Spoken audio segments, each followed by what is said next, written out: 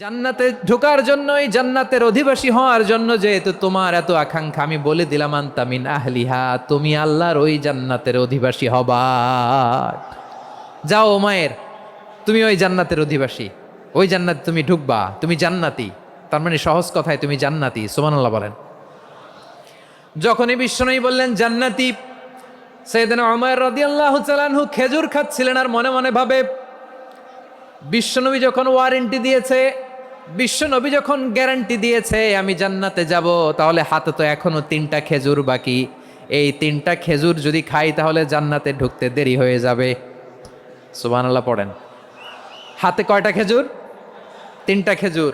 বিশ্বনবী বললেন উমাইর আনতা মিন আহলিহা, তুমি ওই জান্নাতের অধিবাসী, তুমি জান্নাতি। উমাইর চিন্তা করলেন আমি জান্নাতি, নবীর মুখ দিয়ে যখন বেরোইছে ওই জান্নাতে তো আমার ঢুকতেই হবে, কিন্তু হাতে 3টা খেজুর খেয়ে যদি জেহাদের ময়দানে যায় তাহলে জান্নাতে যেতে তো দেরি হয়ে যাবে। এই চিন্তা আসা মাত্রই খেজুর 3টাকে তিনি ছুঁড়ে মারলেন, তলোয়ার বের করে আল্লাহু আকবার বলে বদরের ময়দানে ঝাঁপিয়ে পড়লেন। আল্লাহর শত্রুদেরকে কচুকাটা করে এক পর্যায়ে শাহাদাতের সুধা পেয়ে নিজেও জান্নাতি হয়ে গেলেন। পড়েন সুবহানাল্লাহ। আমরা দুনিয়ার বুকে আমরা হয়েছি দুনিয়ার পাগল, ক্ষমতার পাগল, সম্পদের পাগল, খ্যাতির পাগল। বিশ্বনবী তার সাহাবাদেরকে বানিয়েছিলেন জান্নাতের পাগল। পড়েন সুবহানাল্লাহ। সূরাতুল আহজাবের 45 এবং 46 নম্বর আয়াত আমি তেলাওয়াত করেছি, যেখানে আল্লাহ তাআলা বিশ্বনবীর 5টি বৈশিষ্ট্যের কথা বলেছেন। কয়টি? সবাই বলুন আওয়াজ করে, কয়টি?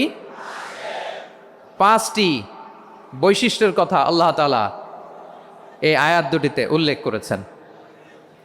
বিশ্বনবী সাল্লাল্লাহু আলাইহি ইসলামের জীবনী, ওনার বায়োগ্রাফি নিয়ে কথা বলাটা দুষ্কর, কারণ এটার কোনো শেষ নাই, কুল নাই, কিনারা নাই, বিয়ন্ডলেস, বাউন্ডলেস, বটমলেস। সুবহানাল্লাহ বলেন। কারণ তিনি তো এমন নবী যিনি হ্যাঁ বললে এটা শরীয়তে হালাল হয়ে যায়। নবীর মুখ দিয়ে যদি বেরোয় হ্যাঁ, নাম, ইয়েস, তাহলে এটা হালাল। ঠিক কিনা বলেন? এ নবীর মুখ দিয়ে যদি না বের হয় যে না, নো, তাহলে এটা শরীয়তে হারাম হয়ে যায়। কেমন নবী আমরা পেয়েছি, যিনি হ্যাঁ বললে হালাল, না বললে হারাম, যিনি সাব্বাবা, এই আঙ্গুলি উপরের দিকে উঁচু করলে চাঁদ ভেঙে 2 টুকরা হয়ে যায়, যে নবী জমিন থেকে পা উঁচু করলে আল্লাহর আরশে মেরাজে চলে যায়, এমন নবীর উম্মত আমরা হয়েছি। যে নবীকে বাদ দিলে কোরআন বোঝা যায় না, কারণ এ নবীর উপরই কোরআন নাজিল করেছে কে? এ নবীকে বাদ দিলে হাদিস বোঝা যায় না, কারণ হাদিস তো এ নবীর মুখনিসৃত পবিত্র বাণী। সুবহানাল্লাহ পড়েন। এ নবীকে বাদ দিলে জান্নাত চিনা যায় না, কারণ জান্নাত তিনি চাক্ষুষ দেখে এসে আমাদেরকে মেরাজ শেষে বর্ণনা করে শুনিয়েছেন। এ নবীকে বাদ দিলে জাহান্নাম চেনা যায় না, এ নবীকে বাদ দিলে আমার রবকে চেনা যায় না। ঠিক কিনা বলেন? তো বিশ্বনবীর 5টি বৈশিষ্ট্যের কথা আল্লাহ তাআলা এ সূরাতে উল্লেখ করেছেন। আল্লাহ রাসূল সাল্লাল্লাহু আলাইহি ওয়াসাল্লাম যখন মক্কাতে দাওয়াত দিচ্ছিলেন, মক্কার কুরাইশরা নানাভাবে বিষ্ণু ইসা ইসলামকে কষ্ট দিচ্ছিল, নানাভাবে ট্যাগিং করছিল, মিথ্যা অপবাদ দিচ্ছিল। কখনো কখনো তারা বিশ্বনবীকে বলছিল মিথ্যাবাদী, কাযযাব। কখনো বলছিল যে তুমি হচ্ছে জাদুকর, সাহের। কখনো বলেছে শায়ের, মুহাম্মদ তুমি কবি। কখনো বলেছে কাহেন, মোহাম্মদ তুমি গণক। এবং কখনো বলেছে মোহাম্মদ তুমি হচ্ছে মাজনুন, মানে পাগল। আওয়াজ করে সবাই পড়ুন নাউযু বিল্লাহি মিন যালিক। তাহলে বিশ্বনবীকে মৌলিকভাবে এই 5টি অপবাদ দিয়েছে। আমার কলেজা টুকরা সিলেটের ভাইরা, বিশ্বনবীর ব্যাপারে মিথ্যা অপবাদ মৌলিকভাবে দিয়েছে কয়টি? 5টি। বলেছে তুমি মিথ্যাবাদী, বলেছে তুমি গণক, তুমি কবি, তুমি পাগল, তুমি জাদুকর। বিশ্বনবীকে যে এই 5টি অপবাদ দেয়া হলো, আল্লাহ তাআলা এটা সহ্য করেননি। এই 5টি অপবাদের বিপরীতে আল্লাহ তাআলা বিশ্বনবীর 5টি চমৎকার বৈশিষ্ট্য উল্লেখ করে সূরাতুল আহজাবের 2টি আয়াত নাজিল করেছেন। আওয়াজ করে পড়েন আল্লাহু আকবার। 5টি চমৎকার বৈশিষ্ট্য সূরাতুল আহজাবের ভেতরে রব্বুল আলামিন উল্লেখ করে আমাদেরকে জানিয়ে দিচ্ছেন, ইয়া আইয়ুহান নাবিয়্যু ইন্না আরসালনাকা শাহিদান ওয়া মুবাশশিরান ওয়া নাযীরা وداعيا إلى الله بإذنه وسراجا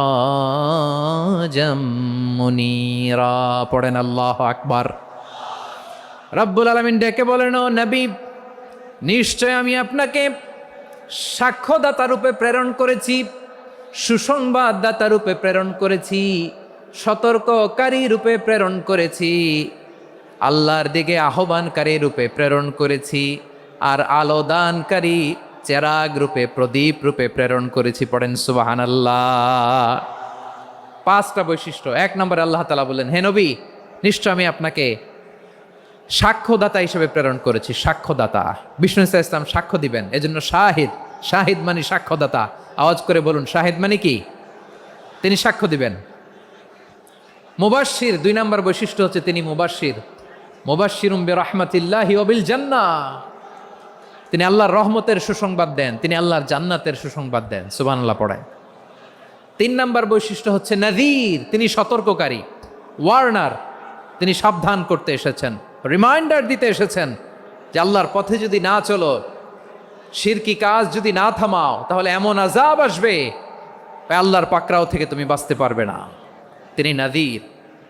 বিষ্ণু ইসা ইসলামের 4 নম্বর বৈশিষ্ট্য হচ্ছে দাঈয়ান ইলাল্লাহ, তিনি আল্লাহর দিকে আহ্বানকারী। এই যে আমরা আমাদেরকে পরিচয় দেই যে আমরা দাঈ, বলি না? বলি যে উনি হচ্ছেন একজন দাঈ ইলাল্লাহ।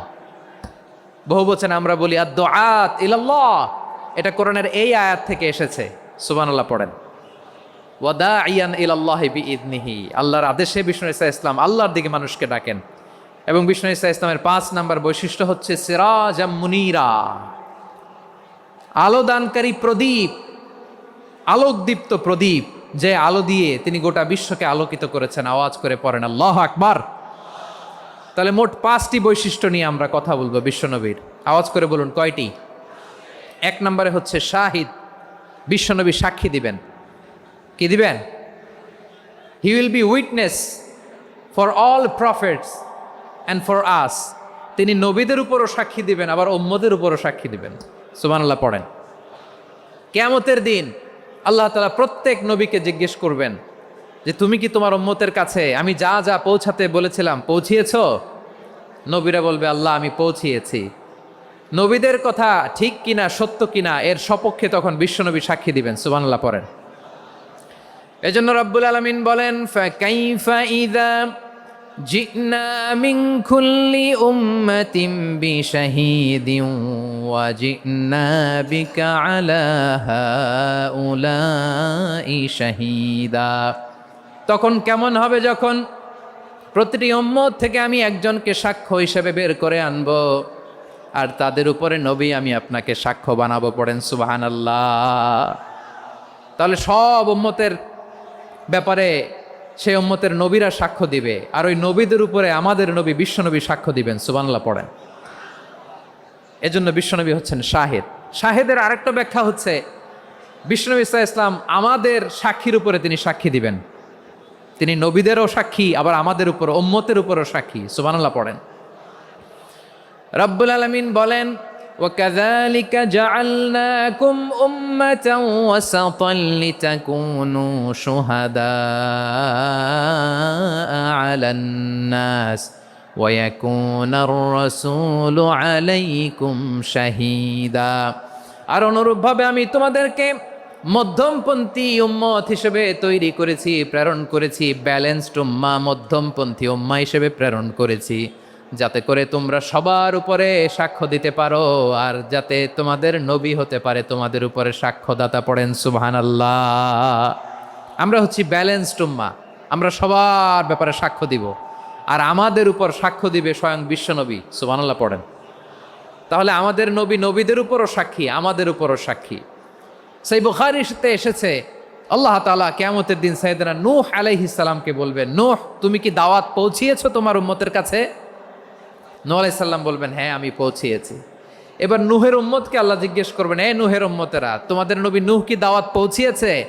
নূহের উম্মত বলবে, না আল্লাহ, আমাদের কাছে কোনো সতর্ককারী আসে নাই, কোনো নবী টবি আসে নাই, কোনো দাওয়াতও আমরা পাই নাই, আপনারাও চিনি নাই, জান্নাতও চিনি নাই, জাহান্নামও চিনি নাই। নূহ আলাইহিস সালাম বিপদে পড়ে যাবেন। তখন আল্লাহ বলবেন, নূহ তুমি বললা পৌঁছিয়েছো, তোমার উম্মত বলে কিছু পায় নাই। নূহ, তোমার কি কোনো সাক্ষী আছে? তোমার কথা আর তোমার উম্মতের কথা তো মিলে না। তুমি বললা